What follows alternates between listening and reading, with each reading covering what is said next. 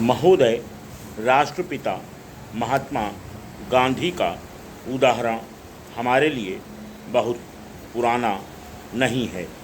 जब उन्होंने भारतीय स्वतंत्रता संग्राम की बागडोर संभाली तो अपनी दूरदृष्टि द्वारा भांप लिया कि हिंदी ही राष्ट्रभाषा हो सकती है। उन्होंने हिंदी को अपनाया और हिंदी के प्रचार प्रसार के कार्य का श्री गणेश किया। स्वतंत्रता प्राप्ति के उपरांत संविधान निर्माण के समय स्थिति परिवर्तित हो गई। हिंदी को ग्रामीण भाषा कहकर अपमानित किया जाने लगा।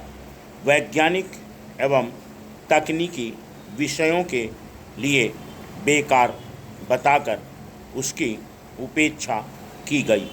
अंत में अंग्रेजी को सहराज भाषा बनाकर राष्ट्र को मानसिक दृष्टि से गुलाम बनने पर मजबूर कर दिया।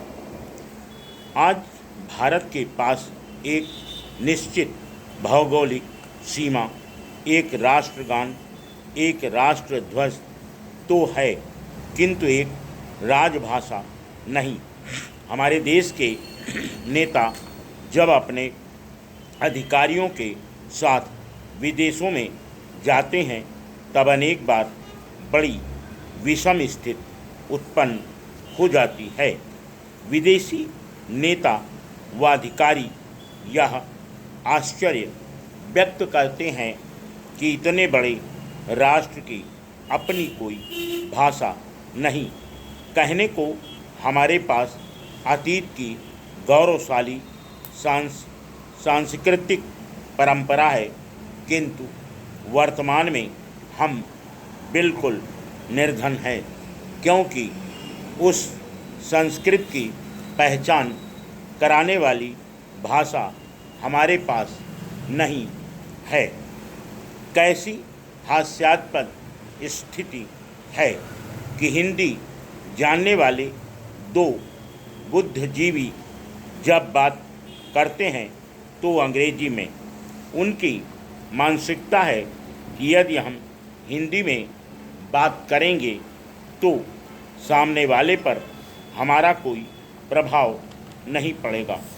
इस मानसिकता के कारण ही भौगोलिक दृष्टि से स्वतंत्र होते हुए भी भारत सांस्कृतिक दास्ता झेल रहा है। भाषागत आधार पर अंग्रेजी से कोई घृणा या विरोध नहीं है। विरोध केवल उस मानसिकता से है जो अब भी हमें हीन भावना से उबरने नहीं देना चाहती, बल्कि दिनों दिन और अधिक जकड़ती चली जा रही है। जिस तरह प्राचीन काल में जगत गुरु शंकराचार्य ने चारों दिशाओं में मठों की स्थापना करके भारत को धार्मिक, सांस्कृतिक एवं दार्शनिक दृष्टि से सुदृढ़ बनाया है, उसी तरह आज भारत को फिर से सुदृढ़ बनाने के लिए किसी शंकराचार्य की आवश्यकता है। जिस तरह गांधी जी ने करो या मरो का नारा देकर स्वतंत्रता आंदोलन को तीव्रता प्रदान की थी, आज हमें उसी जोश के साथ सांस्कृतिक आंदोलन को गति देनी है। यह सांस्कृतिक आंदोलन किसी वर्ग, जाति, धर्म या प्रांत का नहीं, वरन संपूर्ण राष्ट्र का है। गांधी जी का स्वराज का स्वप्न अभी अधूरा है। Full stop.